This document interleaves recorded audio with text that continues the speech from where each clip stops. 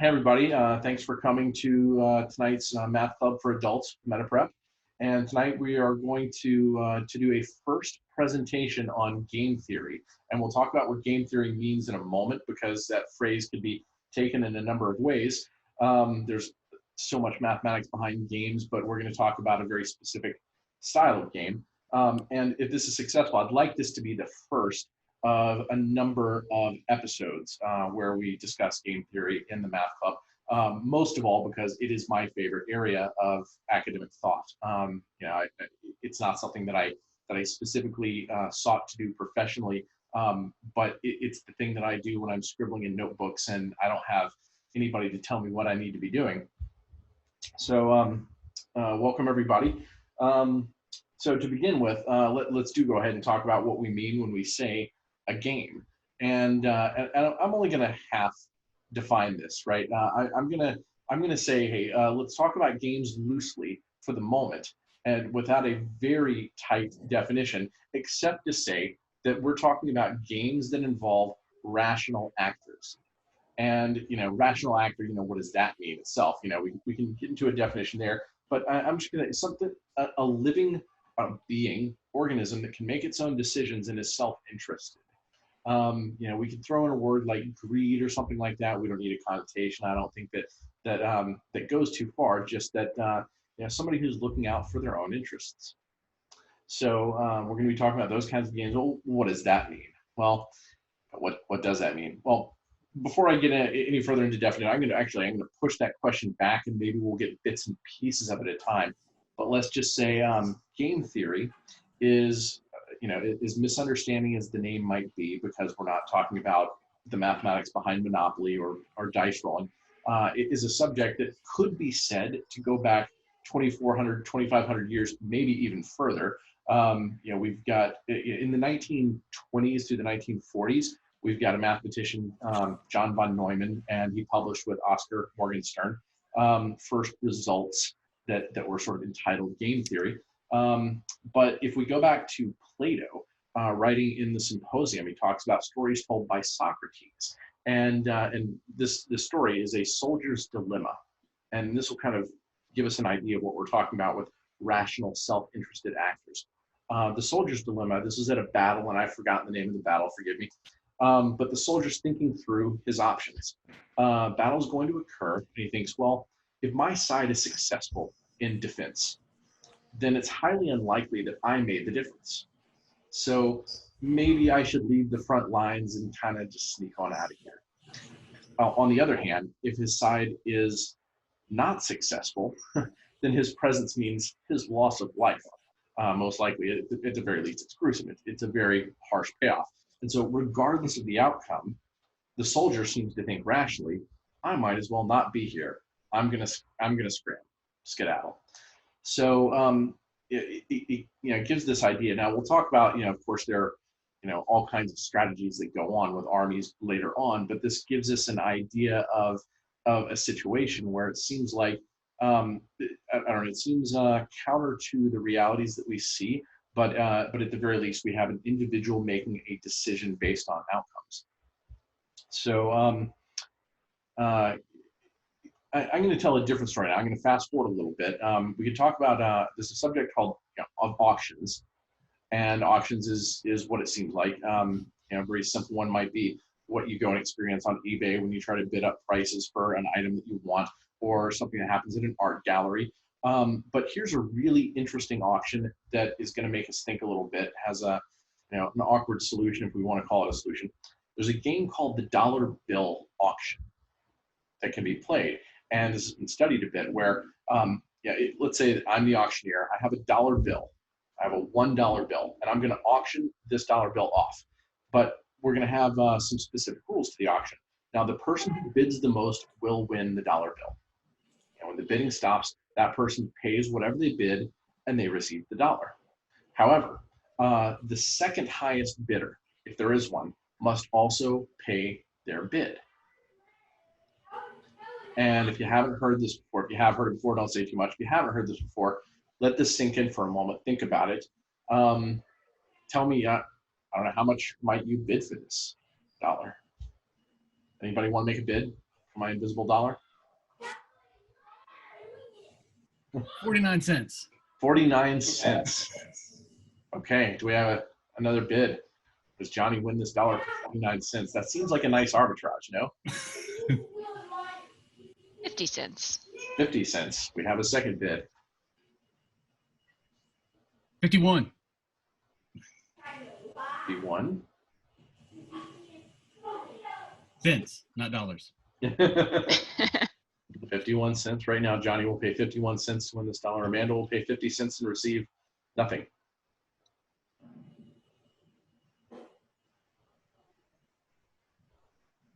Okay, 99 cents. 99 cents. All right, we have a bid of 99 cents.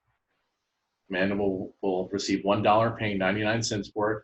Johnny will pay. I want nothing to do with this option. Professor Lamar making his intentions understood. Yeah, we have a problem, and I'll just go ahead and say, you know, this has been done many times. This can go on and on. You know, once you're on the hook, you're on the hook. And you know what's terrible is, you know, people will do this. People will make some kind of psychopathic entertainment out of this. You know, get married couples to fight over it in public. You know, it can get. First of all, it can pinch a nerve on the competitive side, right?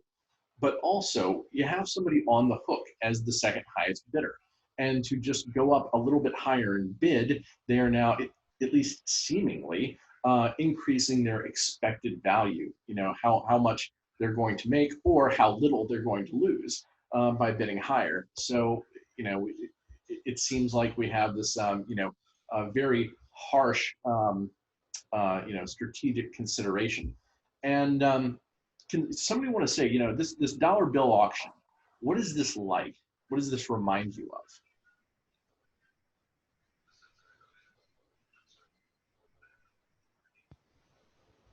Are we supposed to speak up? Sure. Any answers at all? But It reminds me of what happens when somebody joins the mafia. Ah, okay, that's interesting. That wasn't the one that I was thinking. Okay. But you know, people joining the mafia. Okay, and describe how that's like the dollar bill auction. Well, once you join the mafia, your boss will ask you to do more illegal things than they asked you to do the last time. But if you don't do those things, the penalty is really severe. Mm. And it accelerates the more you say yes and do what you're asked to do. So it seems like it has some similarity to this game. Okay. Anybody else? Hey, Kundin, sorry. Muted, Michael. Oh, Michael, you have one? Yeah, I was thinking about joining a country club as the big entrance fee at the beginning, and then you have no control over sort of the variable dues that happen oftentimes, or various association fees, that sort of thing that you can that can escalate on you, and it's hard to walk away from all that you've already sunk into it. Okay. Not quite the same thing, but it does remind me of a similar. So I've got two answers. Before I give these two answers, I'm going to go ahead and mention that throughout this course, you know, we're going to play a number of games. I'm pulling these games from a number of sources. Some of them I'm going to have created myself. Some of them I'm going to have pulled courses that I've seen online. But my biggest source, I'm going to go ahead and pimp this book. It's one of the best books I've ever read on any academic topic, and yet it's not a textbook. This is a book called Moral Calculations, written by a Hungarian game theorist named Laszlo Moreau. And you can find this on Amazon or, you know, many other bookstores, I'm sure. And I'm going to pull a number of examples of these games out of this book. But I highly recommend it. If you like a book like Freakonomics that is conversational and still educational and makes you think, this is like that, except it's the best of its kind I've ever read. When people say Freakonomics began pop economics, I say no. Moral Calculations came first, but it was written in Hungary, so we might not know as much about it. Great book, though. So here are my two answers to, you know, what are some modern examples of dollar bill auctions. I think one, I guess it's not a modern example, but animals in nature who are competing for either territory, mating rights, or something similar to that. We see two animals come, and maybe they beat their chests, they pose, or maybe they start bumping heads. Rams, they start beating on each other. Now each of them is paying a price, but only one of them gains a prize, right? And so there's this very interesting question. In the real dollar bill auction, you wind up with the dollar, people paying much more for the dollar than it's worth. Not only collectively, but individually. People who have done this experiment have come up with average, total amounts taken of like $7. And this has even been done in laboratory experiments with similar results. People paying several times for the dollar what it's worth. And so, does that make sense in the animal kingdom? We'll actually come back to that question. But here's another one. War between human beings. Both sides are paying a price. Only one side gets the prize. And so it's well worth thinking, what is it that this dollar bill auction teaches us? What can we learn? How can we apply it to perhaps the very worst mode of human experience that destroys so much value and causes so much misery? And I hope that as we go on with this course, we have some good conversation about it. In fact, more than teaching game theory in the sense of what you would expect in a classroom at university, at whether it's Yale, and I'm drawing a few games from their course, but I don't like it because it feels very sociopathic to me. But whether it's at a university course like that, or one taught at Maryland, or one taught when I went to school at Washington University. Actually, one of my friends teaches that course at WashU. Sorry, I lost my thread. What was it? What I want is for us to be able to have as deep discussion as we should about what I think are the primary connections between game theory and the world that we live in, because that's what makes game theory cool. Maybe I'm going to go ahead and pump it up to this. I think that it is the second most applicable form of math to real life, next to simple statistics, which you might as well call arithmetic applied well. I think game theory is that powerful. So warfare, there we have the dollar bill auction. So let's go back and let's talk about animals. Actually, no, I'm going to pass up the animals in nature. We're going to come back to that one. I'm going to go on to a different game, one that I read about. There was in 1984, there was a journal called Journal Science 84. I never saw this journal myself, but I've read about it. And one of the people who had published there was Isaac Asimov. But there was a game that was planned there, and this is how the game went. It was interesting. Readers could write in and choose $20 or $100. And here's how the game went. If fewer than 20% chose $100, then all the readers would win the cash amount that they named. So, very interesting game. Somebody was risking perhaps a whole lot of money, though it's a science fiction journal. We don't expect there to be 1 million readers, but we probably expect there to be a few thousand readers. How much money would be given away if the entrants won the game over the people who posed the game? Well, it should be pointed out that Lloyd's of London refused to insure the game. Lloyd's of London is kind of the specialty insurance house. These are people who run their numbers really well. They take the oddball problems. Sometimes when it comes to weird gambling situations in Vegas, they're the ones that might take up an insurance contract on behalf of a casino running some kind of a multi-million-dollar operation. That's who you go to. Lloyd's of London. They refused to insure it. They didn't know, and this is common in game theory, that people just don't know how to model things, or that they're worried that their model has to do with other people's behavior in a way that they really don't know how to get into at the nitty-gritty level. So Lloyd's of London said no, and Isaac Asimov chimed in himself. He said, no, people are going to check. People are choosing, he thought, between being the nice guy and being the jerk. You say $20, you're being the nice guy. You're not taking as much money for yourself if you win the prize, but you are, you're helping everybody win. And Isaac Asimov thought, well, an overwhelming number of people are not going to say, I'm not the nice guy. They're going to check I'm the nice guy. But it turns out he was wrong. Is there anything that we've talked about so far that sounds a lot like this situation? The Greek soldier. The soldier, yeah. I think this is exactly the problem of the soldier. So we could call it a coordination problem, but we'll talk about that more later, or a collective action problem is another way to put it. But so they wound up not running this game in reality, but they did print what the game was about. And they told people, hey, if you want, go ahead and just write us in and tell us what you would have chosen. Turns out 35% of the people said they would have chosen the $100. And that kind of makes sense. We know that a lot of people are going to go, well, I'll be the nice guy, but we also know there are going to be a lot of the people who are going to be the soldier, wondering if they're just being the stooge by not defecting. I guess we can start using that word, not defecting against everybody else in the pool. So, the question is, what kind of a strategy, might we pose if we are the players of this game? How is it that you win the game? Anybody have any thoughts? What would you do? Are we allowed to coordinate with everybody in the pool? Well, that kind of defeats it. But this is maybe not. How would you go about that task? Suggest that everybody roll a 6-sided die, and the people that got a 6 get to say 100, and everybody else says. Who's everybody? You're a reader of this journal. Well, I'd write an article saying, "Hey, let's all play a sub game." How do you get the people reading this journal to find your article? Well, aren't there journal articles? Don't generally magazines have letters to the editor? Maybe it'll be published. Maybe it won't. It's going to be. How about submit fake bids by thousands of people?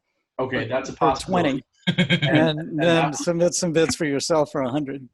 And that was definitely one of the discussed possibilities that you could have somebody. And they had an idea for that, actually. What they said was, okay, in order to keep that from happening, we're going to have a coupon, and you must clip the coupon out of the magazine and send it in. And so that kind of limits entries per number of magazines bought. And so it limits to the number of printings. Now you could say, well, somebody might buy up all the magazines and, pay $5 for each one and then make, $20 per at least.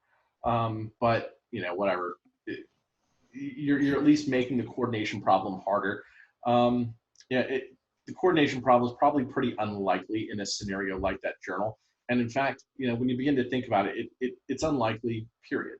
And we see this a lot in society. We see a lot of times where we can all gain some kind of an advantage if we could coordinate. But the truth is the cost of coordination, whatever the complexities of that coordination are, make it difficult, if not impossible to imagine. And so, maybe with just a little bit of experimentation, we might see how far off we are. Like, if it's 21%, maybe try to coordinate, go to the apartment buildings nearest you, knock on some doors. But, at 35%, there's probably nothing you're going to do as an individual to push that button. Now, we will come back later. Maybe there's some way we can create a process that if every person participated in, it's still pretty unlikely, but if every person participated according to some kind of a process or algorithm, maybe we can come up with a strategy, but we'll come back to that. So at that point, I'm going to start talking about a new game. And let me share screens real quick so that we can do this. Does anybody have a favorite quarterback? I don't know how many football fans there might be here. Any offers favorite quarterback? We do not have a lot of sports fans here with us, do we?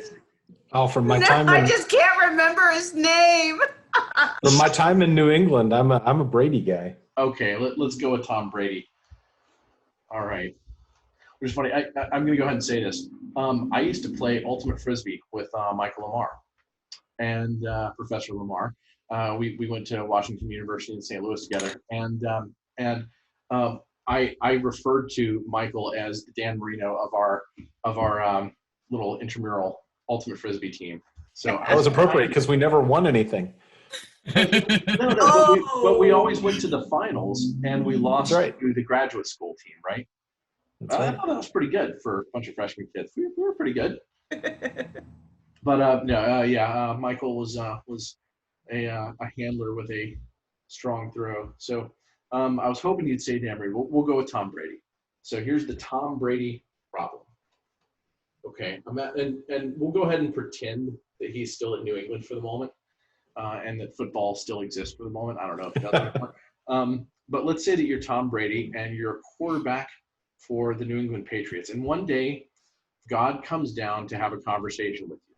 And, this is not entirely unrealistic if you're, the quarterback of the New England Patriots, I guess. But, There's rumors that that's happened. I'm sure that a lot of people in New England will tell you that it has. But here's the deal. God has a sit down with you and says, look, Tom, in order to be the very best quarterback, you need to throw the perfect number of times. And that's somewhere between 68% pass rate, 32% running, and 72% passing, and 28% running. And, how do you, how much is that worth for your team in terms of points per game? If you can, and that's all God is saying is somewhere between 68 and 72 is the optimal amount of pass plays. So how much could that improve? Let's say that currently your team scores, I'll go ahead and exaggerate just a little, 40 points per game.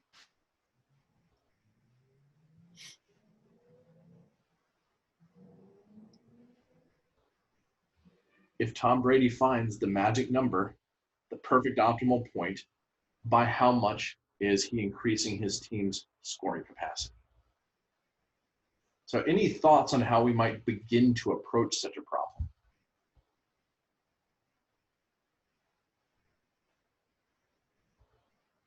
I've got a thought. Okay.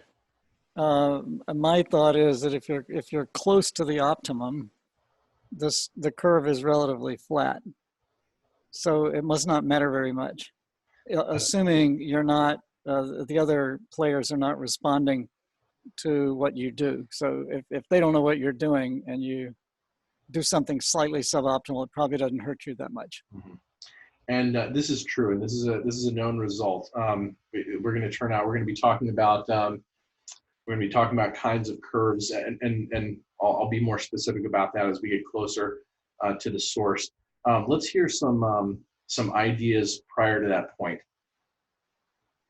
We try the extrema. Okay, I like that. The extreme principle is one of my favorite in all of mathematics. Let's take a look at the extremes and see what we see there. And the extremes would be 0% passing, we'll say 20, 40, 60, 80, 100% passing. Okay, 0% passing, you're running the ball every time, you're pretty predictable. How many points per game do you think a good NFL team might score? And just, and anybody, offer up a number. Like, what do you think? 0. I think they'll do better than that. I'd say 7. 10. 7. Maybe a touchdown. Defensive touchdown. There we go. Yeah, you are going to have defensive scores too, so that's going to play in. So I'm actually going to throw out 12, and argue with me if you like. But I'm going to pick 12 because I do believe that the defense will score some. I do believe that you'll have some touchdowns and some field goals here and there, but you're pretty predictable. Okay, what if you pass 100% of the time?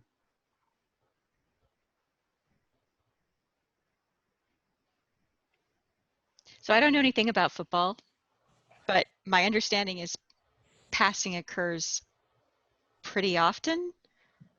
True. And if I forgot to say this. I forgot to say currently Tom Brady passes on 70% of plays. I apologize for not mentioning that. It is relevant. Okay. But it's true that if I'd picked any number between 68 and 72, I think Kyle, is that the way you Yeah. were understanding the I question? go by Pete. Yeah. Oh, you go by Pete. Apologies. Yeah. Yeah, Pete. What Pete said was I think under the assumption that we were a number pretty close to that range. So yeah, we'll say currently it's 70% is what yields 40 points per game. So so passing. Somebody give me a number for passing for 100%. How many points are scored? 23. 23. Fewer. I don't know. It's closer to 0, 7 maybe. I actually think 23 is not unreasonable. In the modern NFL, it's probably at least 23 there because they throw screens and they throw all these other things that are practically running plays, passing. Then you get into the question of tempo and how many plays are actually being run. Yeah, I think 10 or 20 years ago I would have thought lower, but I think that the pass play has almost become overly standard and complex. Their schemes are just amazing. Anyway, so okay, and then we have 70% yielding 40 points. So we've got 3 points on this curve right here, and we know that optimal is somewhere in a relatively narrow band. Forgive my inability to draw straight lines. Okay, so we've got some basic assumptions, and I think we've done a fairly good job of not working too hard or too little for those basic assumptions. But what else do we know? Like, let's say that we have a bunch of data points eventually. I think we all kind of know that if we start passing from 0% up, that we're quickly increasing our scoring rate already. But if we plot a bunch of points, what can we say about those points? Have I done anything wrong with my random dots that I just laid down on the screen? There's a lot of breaks. Yeah. You expect more monotonicity in that? Yeah. Okay, it seems reasonable intuitively. Can we, I would expect some concavity.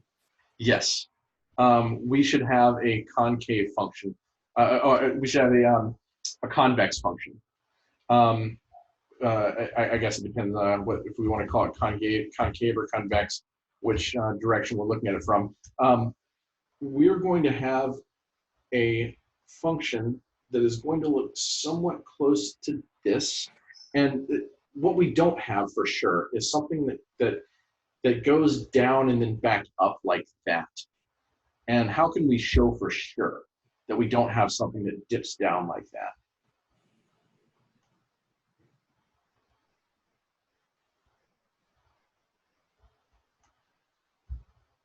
I can give you an answer, but maybe I'll wait.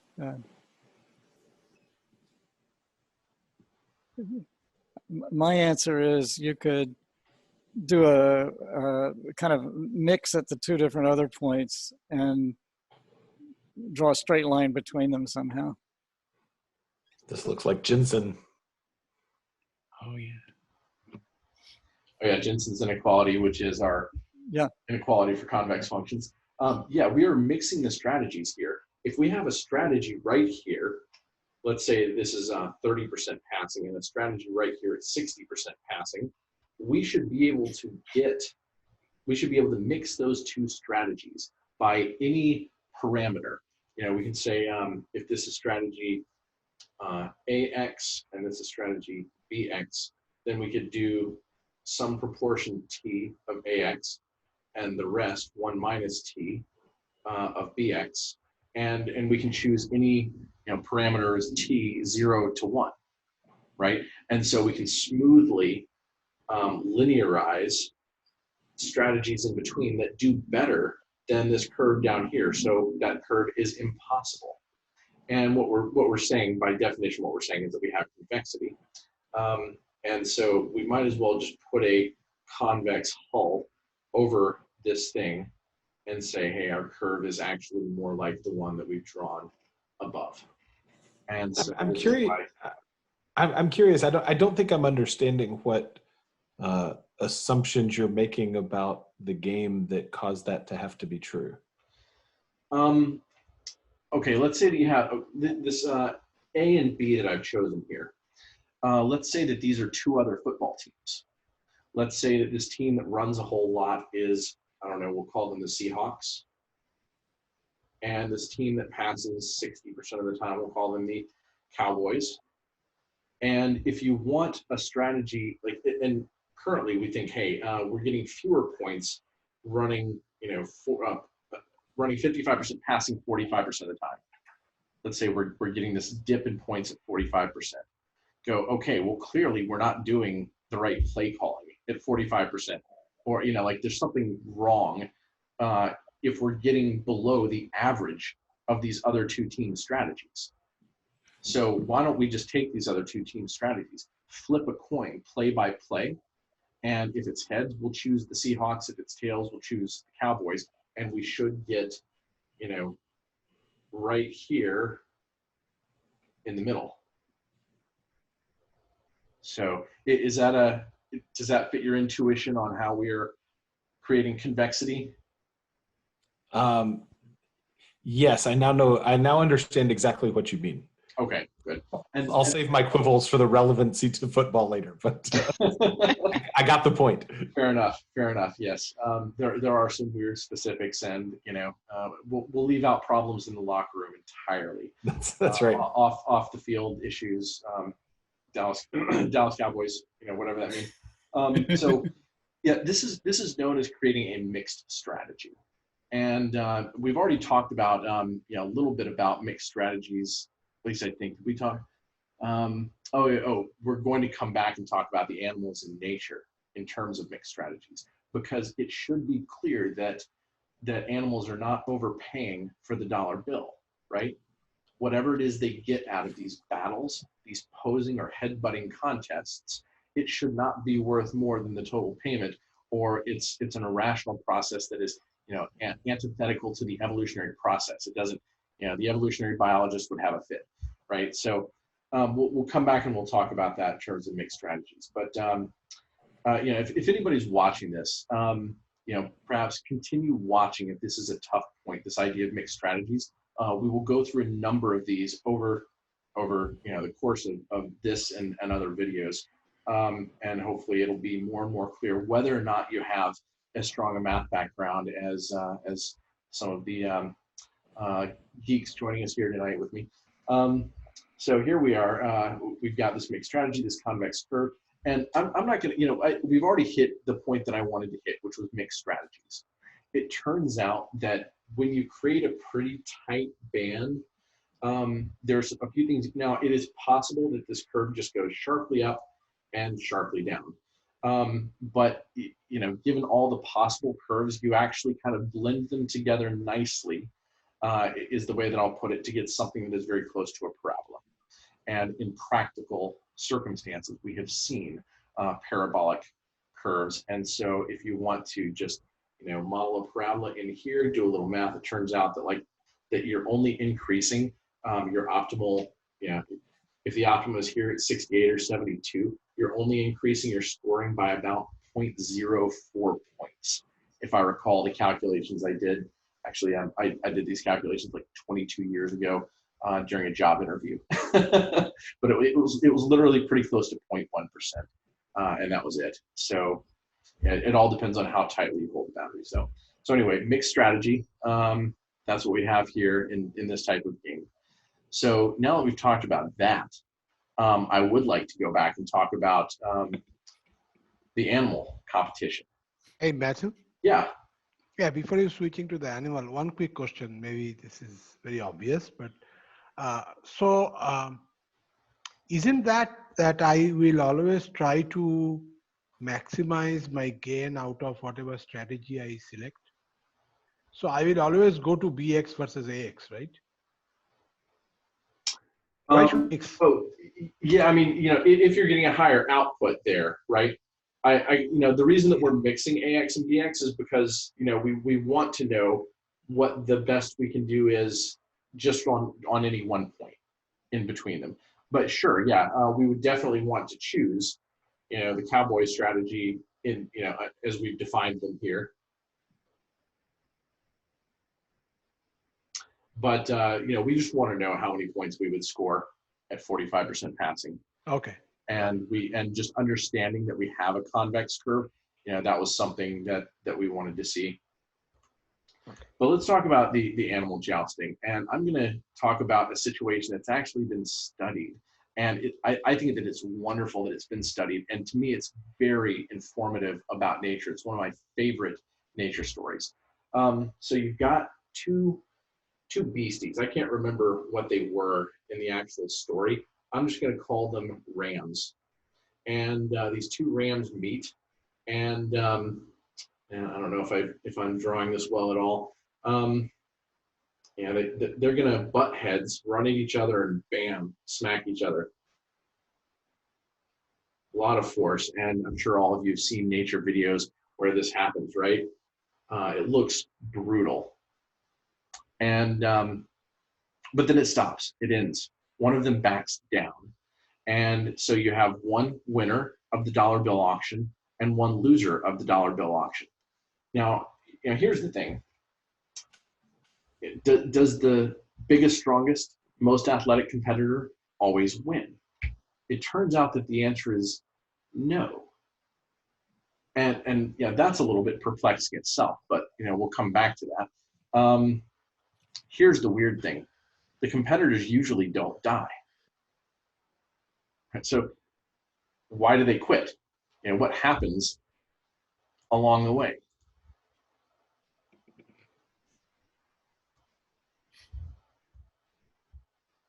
I guess they have some sort of payoff matrix in their head. Maybe. So the question is, are these animals better mathematicians than the average person? And Did you give them that problem? Weirdly, it turns out to look like the answer is yes.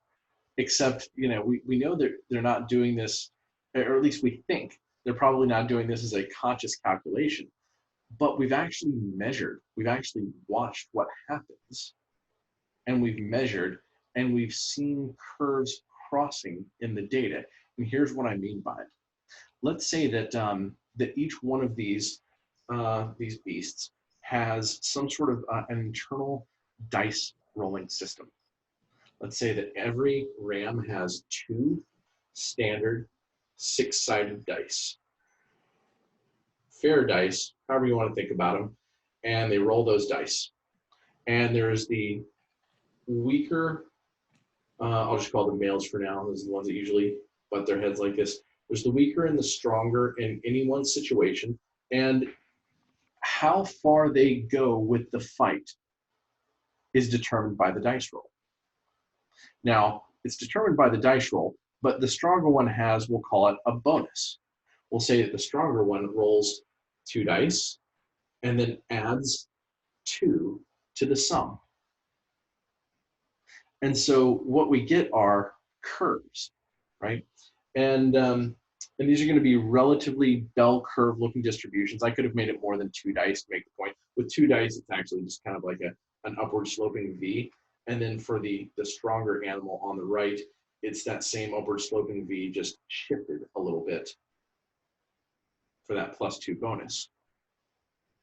And now it is certainly possible for the weaker opponent to win now, because neither opponent wants to risk too much for the dollar. And what they do is, it seems that they have some sort of internal mechanism that must be decided prior to the battle, right? They don't want the battle to dictate what they're willing to risk. Otherwise, that calculation would be redone and redone and redone again. It does appear that we just have 2 normal curves intersecting, and one of them happens to be the winner by random chance. Random chance with a modifier, and that makes sense. This means that the species mostly has the stronger competitor surviving, moving on, winning mates, having food, having offspring. But it dictates a rule that keeps the species from murdering itself. In some sense, it's like an internal honor mechanism almost. And it works. Nobody pays too much for the prize. And it may even be that it's calibrated in such a way that they get real close to paying $1 total. In fact, we would think so, right? If there's $1 at stake, you would think the bidding for that dollar would shave off most of the edge underneath until perhaps they're paying 99.9 cents. So that's what it looks like. So what they have are mixed strategies. They have mixed strategies. Sometimes they give up early. Sometimes they go for the long haul. So now what might this relate to that we've been talking about tonight earlier?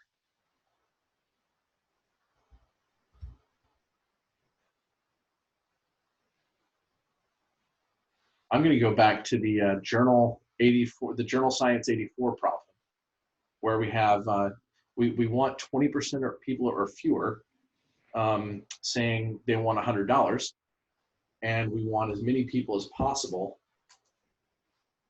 Let's see, choose 20 or choose 100. We want 80% or more choosing 20 in order for us, the readers, to win the game, and 20% or less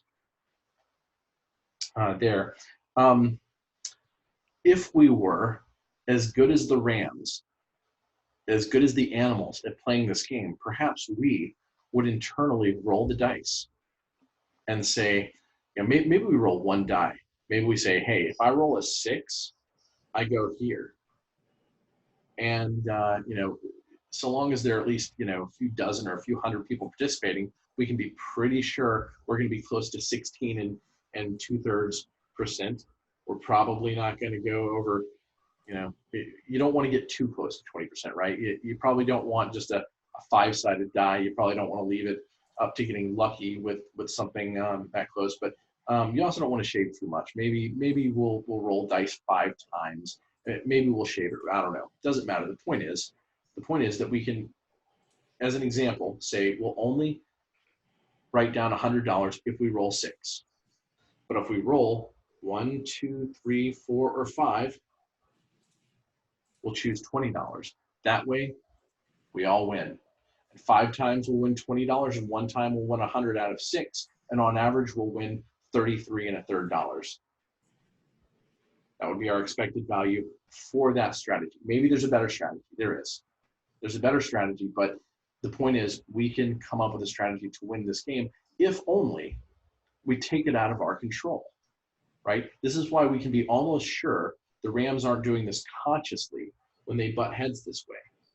This is some kind of unconscious mechanism, almost certainly.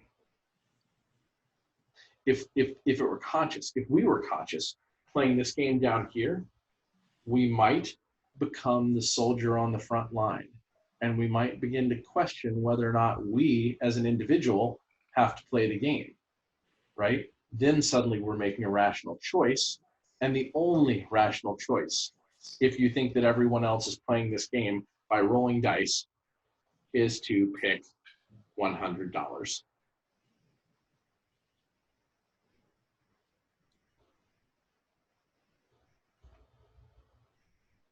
So any thoughts here? Interesting argument for the emergence of consciousness. That's And also an interesting argument for the foundations, a game theoretic foundation for morality. Like where does moral behavior come from, even in human beings who are supposed to be irrational? And you just gave an answer. It comes from game theory, getting a better social outcome. Yeah, and I'm going to tell you, what I said at the beginning, I was being absolutely sincere. After our very basic understanding of statistics, I do believe that game theory has underpinnings of consciousness, of our morality, of our evolutionary stability, our economic systems, and possibly even quantum physics. And in fact, there is an entire branch of game theory called quantum game theory. But I'll go ahead and say this. Unfortunately, I'm not yet expert enough to give a talk on that. Hopefully, I will be by the time we get there through this series. I think that this stuff is just fascinating. It goes so deep, and we are actually just beginning the journey here. I'm going to go ahead and offer up another game. I hope that I can get through everything I want to get through tonight. I'm going to offer up one more game, and I'm curious as to what everybody's perspective is, because this is a game I'm actually thinking of playing with my YouTube channel. So sometime after that game, that 1984 game, I think it was Scientific America. Yeah, there was the $1 million game, and I can't remember if this one actually got played. So forgive my forgetfulness of history. Basically, it goes like this. They'll offer up a prize of up to $1 million. And so, okay, $1 million prize. And here's the thing. It's just randomly selected among all the people that enter. But the amount given to the winner, the randomly selected winner of that lottery, is 1 million divided by the number of entries, number of entrants. So if 1 million people enter, the winner just gets $1. If one person enters, they get $1 million. And of course, the juicier the prize, the more people want to enter. Not only that, but we've also talked about possible coordinated activities with that other game, the $20 and $100 game. If you see a number of people entering, and there's like 14 entrants so far, and you go, well, I want me and mine to get the biggest possible expected cut. I'm going to get with some friends and get them to enter, and we're just going to share the prize together or whatever. Or I might even send in some fake entries. I've got a PO box. I can, I've got 2, maybe 3 addresses. I'll use some of those. And so, we can expect the entries to go up at least to a certain point where anybody thinks that it's, worth their time to enter. So I'm actually, again, this is kind of like the dollar bill auction, in which there's no solution in the strictest sense, unless you know how other people are going to behave. And, but it's an interesting proposition that just kind of goes out of control the moment you start thinking about the experiment. So I've thought about saying running a video and seeing if I can get it passed around by people, and saying, hey, at the end of 2020, I'll select one of the people who sends me, and this will be the way I'll do it. They'll have to send an email. They'll have to CC a friend who has an email. That friend must also participate by sending in an email. And the email must include a screenshot of submitting. Actually, maybe I shouldn't even include that. Who cares? But I'll just encourage people to join the channel, to join the YouTube channel. So, thoughts on this? Would this be successful? Is it too risky on my part?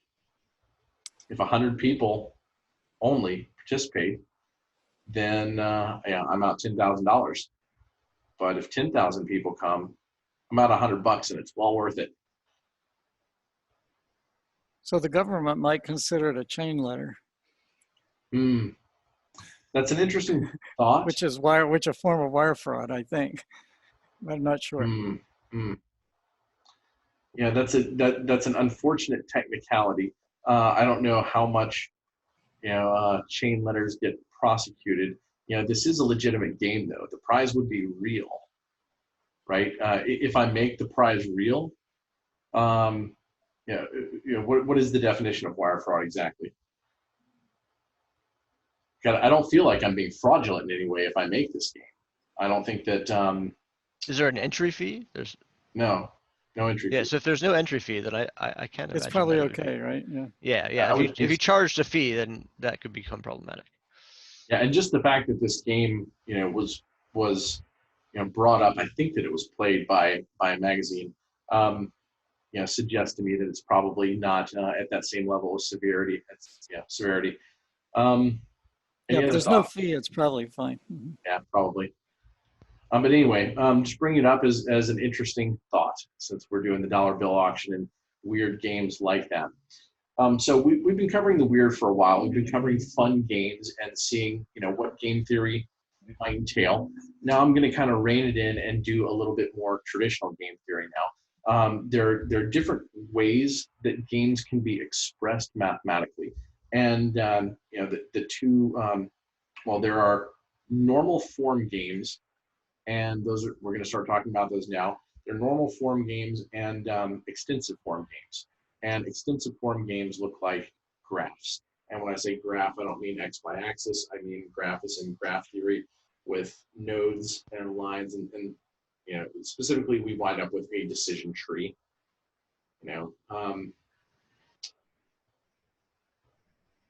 trees with leaves and such things. And perhaps we can define games that do have circuits. I'm not sure if that's allowable within the extensive form definition. This is one of those times when I have to look it up, but I'm not going to talk about extensive form yet anyway. So let's talk about what a normal form game looks like, and we'll have an example. And so normal form game is where we have just 4 squares. There are 4 things that could happen. You have 2 agents, and I'll just call them agent 1 and agent 2, and each of them can choose to cooperate with one another or defect. And I'm calling these cooperate and defect. That's traditional. These actions can be other things, but they can be analogous. You know, we'll just make them always analogous to the binary yes or no or cooperate defect. But they, you know, they might be like 2 gas station owners who are by a highway. And if they cooperate with one another, meaning that they don't get into a price war, then they can both price their gas at such levels as at which, you know, they profit. You know, maybe one of them profits $800 that day, and another one profits $600, and you know that's great. Now it might be that that agent 1, gas station owner 1, defects and cuts his prices lower, and you know there are fixed costs and such things, so you're not guaranteed to make a profit. His opponent maybe drive to 0 profit for that day for having the higher gas prices, and most people went over and bought gas less profit per gallon, but went over and bought gas with the competitor. And it can happen the other way. You know, agent 2 could defect while agent 1 keeps their prices the same as the day before, and then and they make more money than they did and cost their rivals some profit. Or they can both defect. If they get into a price war and they both cut their prices real low, then both of them wind up profiting less. So this is an example, and this is called a payout matrix. And you know, we can see, you know, I've tried to highlight who's agent 1 and who's agent 2 with colors here. Hopefully that's clear. And I've always got agent 1 in the upper left-hand corner, and then a square and agent 2 in the lower right. And let's take a look at what happens in this case, though. What should agent 1 do? What should agent 2 do? Anybody want to offer a belief in their correct rational actions?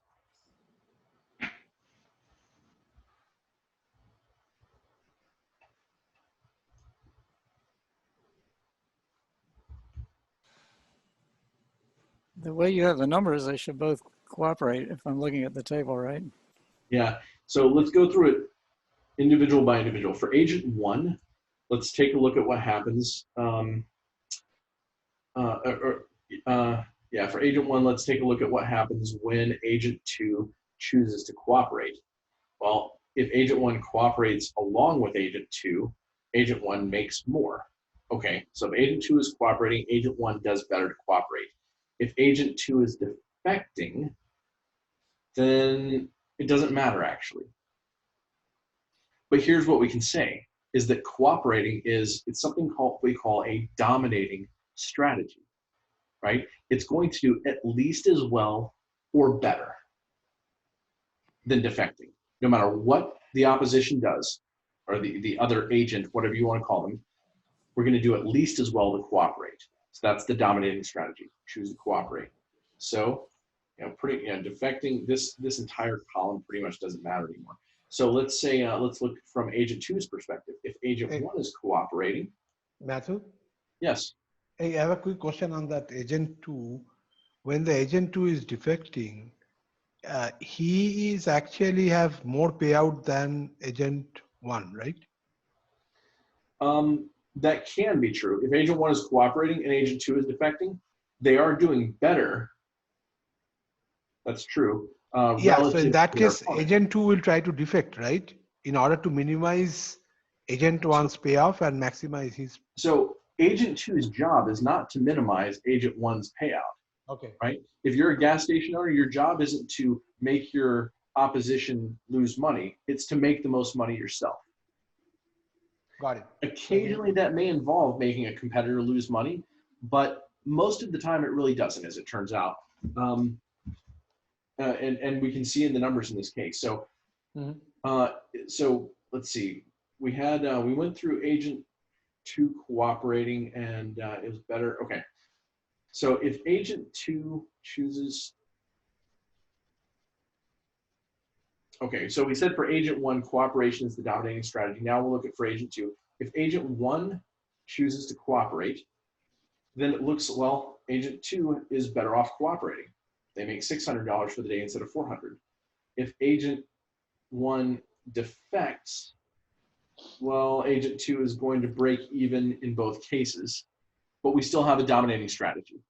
It's still the case that no matter what agent one does, that agent two will do at least as well or better to cooperate.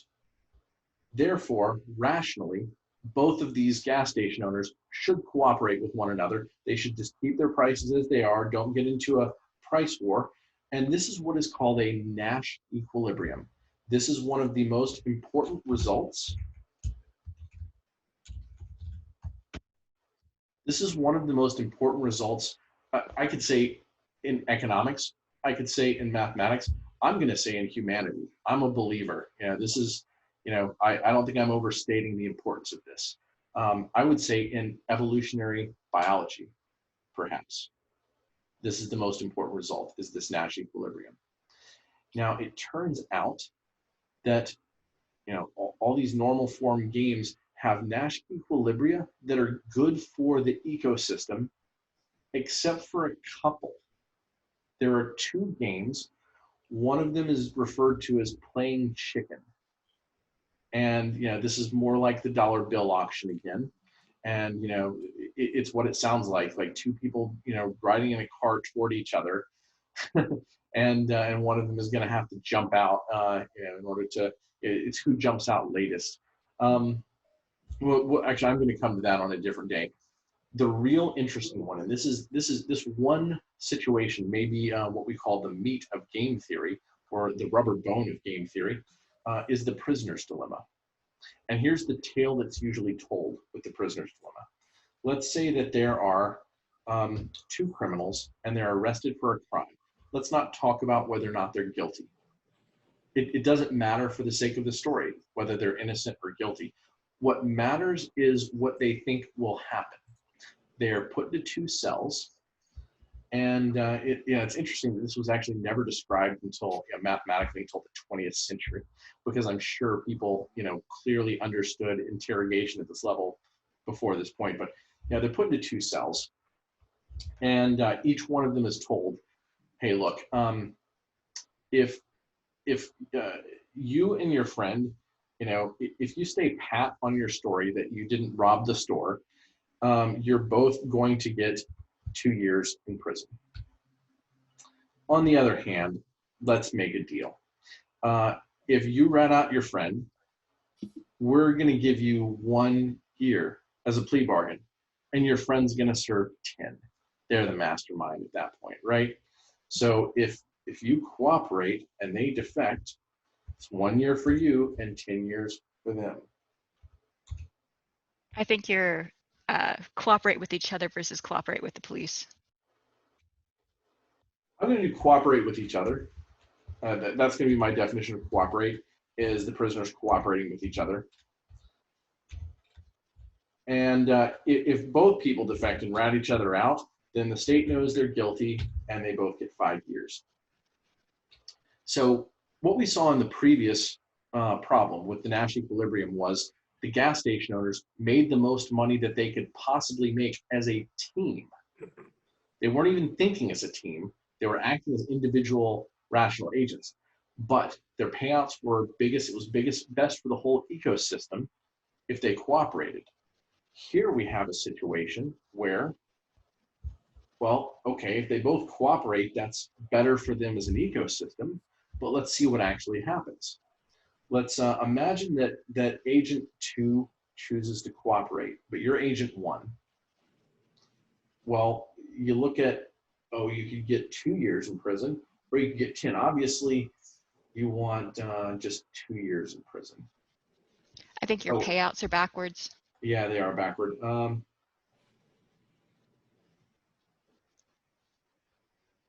You switch cooperate defect.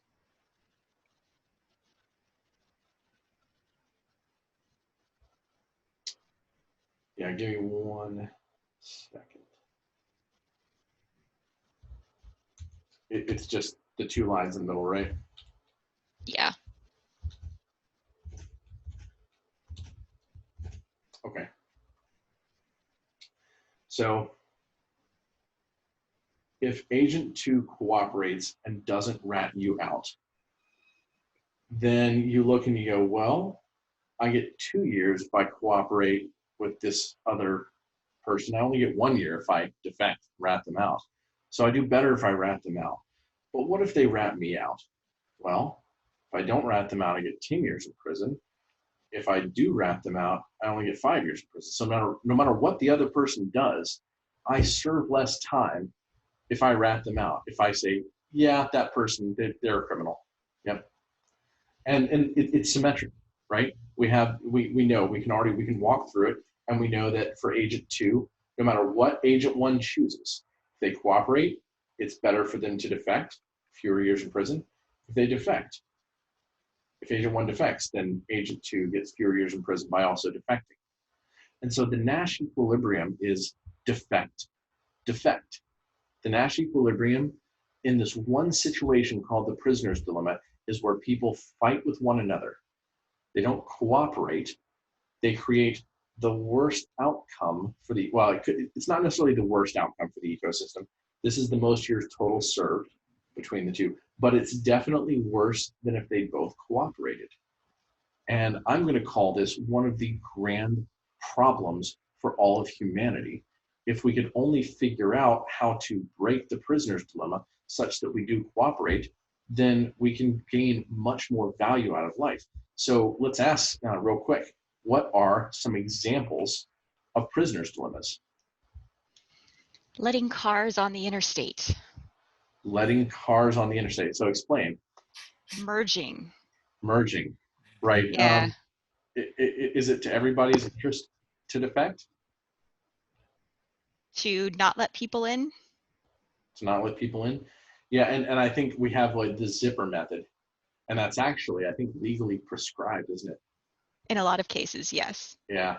I was gonna go with the other traffic example of when you merge over approaching a construction site, and if the right lane's eventually going to be blocked, it's in your best interest to defect and zip up to the front and then cut somebody off at the last minute. But stay in the left lane as far as possible. What are they going to do? Is nobody going to let you in? No, that's not going to happen, right?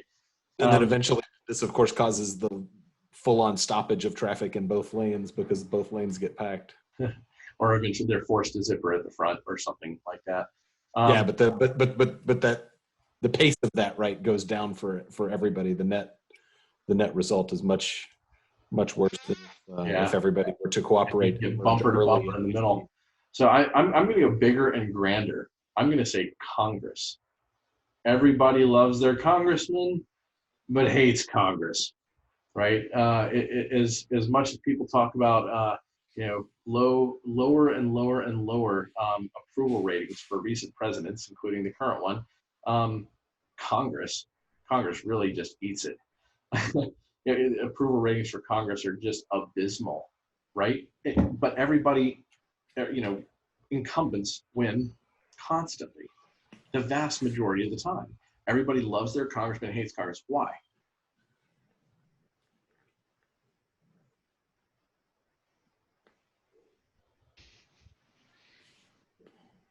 I think the entire horse trading process that is our system of legislative bonanza, whatever we want to call it. It's the person that brings jobs to your state that you approve of, perhaps, but everybody dislikes the game, right? If somebody is bringing pork to your state, that means it's coming at everybody else's cost. And we see this 49 times hurt us, and we see it help us one time. And instead of criticizing the game, we usually look to the messengers to a degree.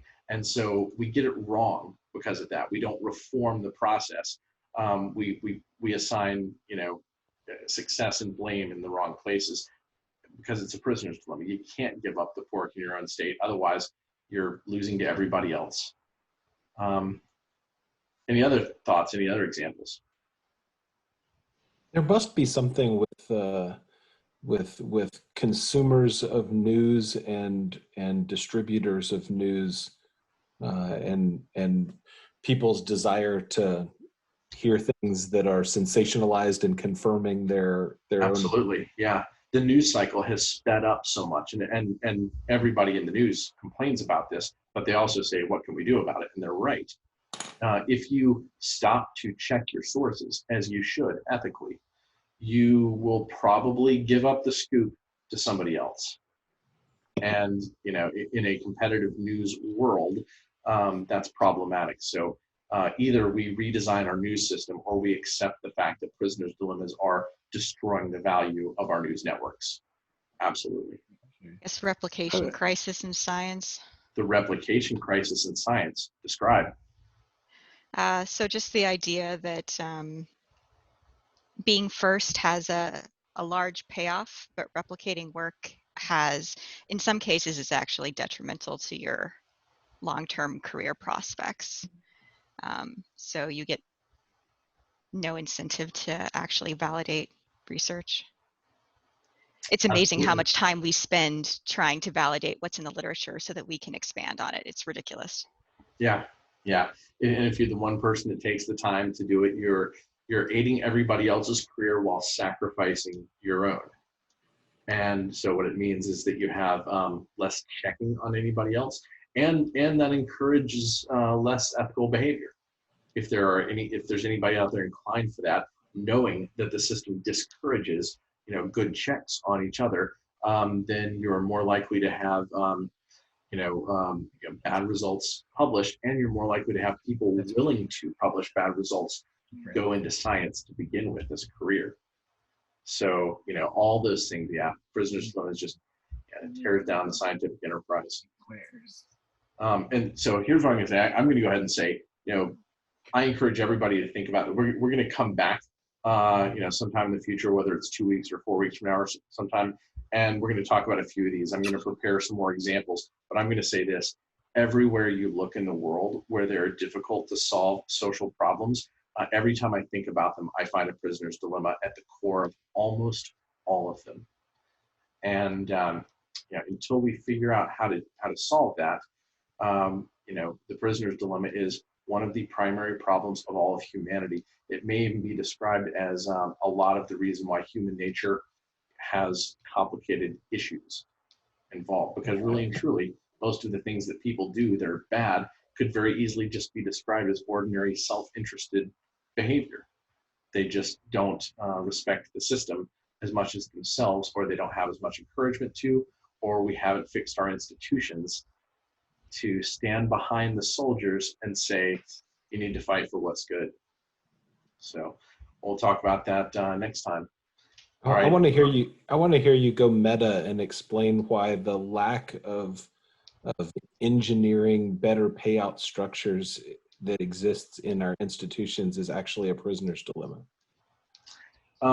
So I'm going to go ahead and push that down the road to next time.